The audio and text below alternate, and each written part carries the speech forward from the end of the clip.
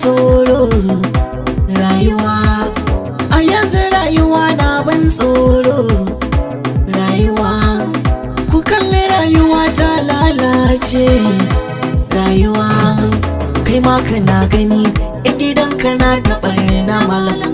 Kaya abin yana yawa a cikin gari ana yi kullum. Lallai naka ne kawai naka, shi na wani ba za ka yi gyara ba. Rayuwa dukan gida akwai 'ya'yansa. Rayuwa da ɗan adam akwai ra'ayinsa. Rayuwa kukan kwanci ya jawabi gunsa. Rayuwa ku duba ku yi gani, rayuwa kullum tana karewa. Kai tafiya kawai ake ba a duba baya a yi nutsuwa. Haka 'yan mata suna taɓa su, har mazan ina ta tausan su a rayuwa.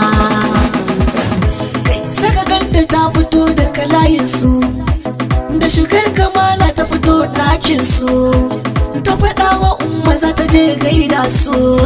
Wa gidan ƙawa ta yau tsara su, da ina ta duba wannan rayuwa. Tafiya kaɗan ta yi ta canja kayan da ke jikinta, zuwa can sai ga wani ya saka ta cikin mota.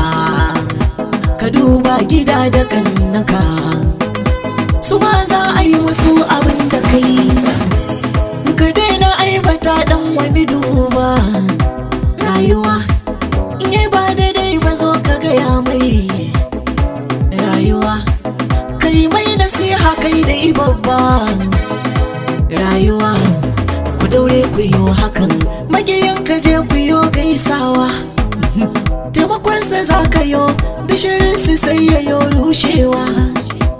Rana kowa ne ku duba hakan, in abokinka yayi ba daidai ba ka gyara mai rayuwa. In ji Mustapha Mazikan waka, ɗana Kano garin albarka. Mata maza ina muku barka, na gaida ku abokai. Sai mu bi rayuwa a sannu mu wuce.